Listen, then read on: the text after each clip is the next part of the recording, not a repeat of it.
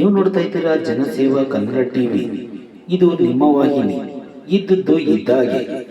ಮಂಡ್ಯದ ಉದಯಗಿರಿಯಲ್ಲಿರುವ Indian public school ಶಾಲಾ ಆವರಣದಲ್ಲಿ 69ನೇ ಕನ್ನಡ ರಾಜ್ಯೋತ್ಸವ ಜರುಗಿತು. ಕಾರ್ಯಕ್ರಮದ ಅಧ್ಯಕ್ಷತೆಯನ್ನು ಇಂಡಿಯನ್ ಪಬ್ಲಿಕ್ ಸ್ಕೂಲ್ ಕಾರ್ಯದರ್ಶಿಗಳಾದ ಕೆಪಿ ಮಂಜುಳಾರವರು ವಹಿಸಿದ್ದರು.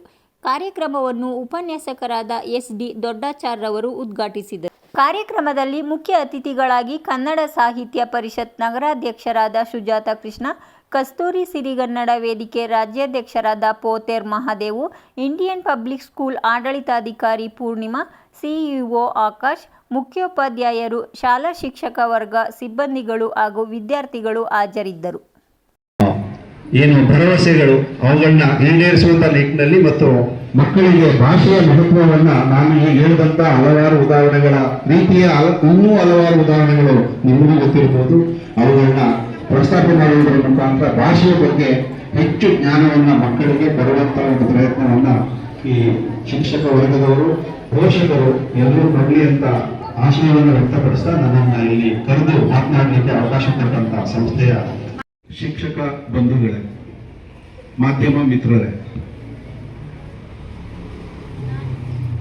ಇದು ನವೆಂಬರ್ ತಿಂಗಳಿನಲ್ಲಿ ಈ ರಾಜ್ಯೋತ್ಸವವನ್ನು ಆಚರಣೆ ಮಾಡುವಂತ ಒಂದು ಪರಿಪಾಠ ನಮಗೆ ಮೊದಲಿಂದ ಬಂದ್ಬಿಟ್ಟಿದೆ.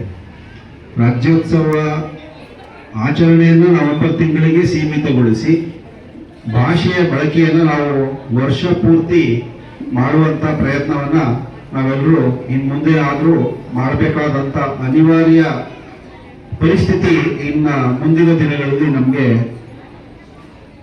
ಬರುವಂತದ್ದಿದೆ. ಭಾಷೆ ಸಂವಹನದ ಒಂದು ಸಾಧನ. ಅಂದ್ರೆ ಸಂವಹನ ಅಂದ್ರೆ ಇಂಗ್ಲಿಷ್ನಲ್ಲಿ ಕಮ್ಯುನಿಕೇಟ್ ಮಾಡಲಿಕ್ಕೆ ಬೇಕಾಗಿರುವಂತ ಒಂದು ಸಾಧನ ಭಾಷೆ.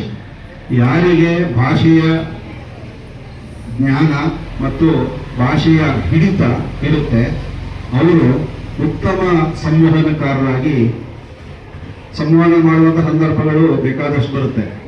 ಶಿಕ್ಷಕರು ವಿದ್ಯಾರ್ಥಿಗಳೊಡನೆ ಸಂವಹನ, ಮತ್ತೆ ಬೇರೆ ಬೇರೆ ಅಧಿಕಾರಿ ವರ್ಗದವರು ಅವರ ಕೈಕೆಳಗಿನ ಸಿಬ್ಬಂದಿ ಮತ್ತು ನಾಗರಿಕರ ಜೊತೆ ಸಂವಹನ, ಇಂಥ ಹಲವಾರು ಉದಾಹರಣೆಗಳು ಸಂವಹನದಲ್ಲಿ ಬರ್ತವೆ. ಆ ಎಲ್ಲ ಸಂವಹನಗಳು ಸರಿಯಾದ ರೀತಿಯಲ್ಲಿ ನಡೀಬೇಕು ಅಂತಿದ್ರೆ ಸಂವಹನಕಾರರಿಗೆ ಭಾಷೆಯ ಪ್ರಭುತ್ವ, ಜ್ಞಾನ, ಹಿಡಿತ ಎಲ್ಲ ಇರಬೇಕಾದಂಥದ್ದು ಎಲ್ಲರಿಗೂ ಗೊತ್ತಿದೆ.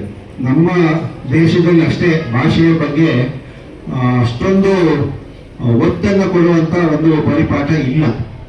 ನೀವು ಯಾವುದೇ ಬೇರೆ ದೇಶಗಳನ್ನ ತೆಗೆದುಕೊಂಡ್ರೆ, ಉದಾಹರಣೆಗೆ UK ಅಂದ್ರೆ ಇಂಗ್ಲೆಂಡ್ ಅಂತ ಹೇಳ್ತೀವಲ್ಲ, ಆ ದೇಶಕ್ಕೆ ಯಾರಾದರೂ ಒಬ್ಬ ವಿದ್ಯಾರ್ಥಿ ಉನ್ನತ ವಿದ್ಯಾಭ್ಯಾಸಕ್ಕೆ ಆ ದೇಶಕ್ಕೆ ತೆರಳಬೇಕಾದ್ರೆ ಅವನು ಮೊದಲು ಇಂಗ್ಲಿಷ್ ಭಾಷೆ ಅವನಿಗೆ ಬರುತ್ತಾ ಇಲ್ವಾ ಅನ್ನುವಂತ ಒಂದು ಪರೀಕ್ಷೆಯನ್ನ ಅವರು ನಡೆಸ್ತಾರೆ. ಆ ಪರೀಕ್ಷೆಯಲ್ಲಿ ಪಾಸ್ ಆದ್ರೆ ಮಾತ್ರ ಅವನಿಗೆ ಆ ದೇಶಕ್ಕೆ ಪ್ರವೇಶ.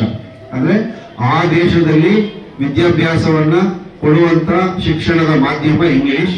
ಆ ಇಂಗ್ಲಿಷ್ ಭಾಷೆಯ ಜ್ಞಾನ ಇದ್ರೆ ಮಾತ್ರ ಅವನಿಗೆ ಆ ದೇಶದಲ್ಲಿ ವಿದ್ಯಾಭ್ಯಾಸ ಮಾಡಲಿಕ್ಕೆ ಪ್ರವೇಶ ಸಾಧ್ಯ. ಇಲ್ಲಾಂದ್ರೆ ಪ್ರವೇಶ ನಿರಾಕರಣೆ ಆಗುತ್ತೆ. ಅದೇ ರೀತಿ ಜರ್ಮನಿ ದೇಶದಲ್ಲಿ ಏನಾದರೂ ಉನ್ನತ ವ್ಯಾಸಂಗಕ್ಕೆ ಹೋಗ್ಬೇಕಾದಂತ ಸಂದರ್ಭ ಬಂದ್ರೆ ಜರ್ಮನ್ ಭಾಷೆಯನ್ನ ಕಲಿತವ್ರಿಗೆ ಅಷ್ಟೇ ಅಲ್ಲಿ ಅವಕಾಶ. ಇಲ್ಲ ಅಂದ್ರೆ ಆ ದೇಶದಲ್ಲಿ ಉನ್ನತ ವಿದ್ಯಾಭ್ಯಾಸಕ್ಕೆ ಅವಕಾಶ ನಿರಾಕರಣೆ ಆಗುತ್ತೆ. ಅಂದ್ರೆ ಇದೆಲ್ಲ ಏನಕ್ಕೆ ನಾನು ಹೇಳಿದೆ ಅಂದ್ರೆ ಭಾಷೆಯ ಬಗ್ಗೆ ನಾವು ಯಾವ ರೀತಿಯ ಶ್ರದ್ಧೆಯನ್ನ ಬೆಳೆಸ್ಕೊಳ್ಬೇಕು ಅನ್ನುವಂಥದ್ದು. ಅಂದ್ರೆ ನಮ್ಮ ದೇಶದಲ್ಲಿ ಸಬ್ಸ್ಕ್ರೈಬ್ ಬಟನ್ ಮೇಲೆ ಕ್ಲಿಕ್ ಮಾಡಿ ಹಾಗೂ ನಮ್ಮ ಹೊಸ ವಿಡಿಯೋ ನೋಟಿಫಿಕೇಷನ್ಗೋಸ್ಕರ ಪಕ್ಕದಲ್ಲಿ ಕಾಣುವ ಬೆಲ್ ಬಟನ್ ಮೇಲೆ ಕ್ಲಿಕ್ ಮಾಡಿ ಹಾಗೂ ಲೈಕ್ ಮಾಡಿ, ಶೇರ್ ಮಾಡಿ, ಕಮೆಂಟ್ ಮಾಡಿ.